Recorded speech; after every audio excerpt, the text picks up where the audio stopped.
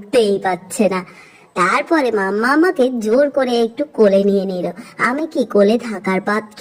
তারপরে ছেড়ে ছুটে বেরিয়ে আসলাম। আবার মাম্মা আমাকে জোর করে কোলে নিয়ে নিল ক্যামেরায় তোমাদের দেখাবে বলে। তারপরে আমি একটুখানি থাকার পরেই মাম্মা থেকে আমি আবার পালিয়ে গেলাম দৌড়ে। আমি নাকি আজকাল একটু বেশি কথা বলি, তার জন্য আশেপাশে সবাই আমাকে অবজেকশন দিচ্ছে।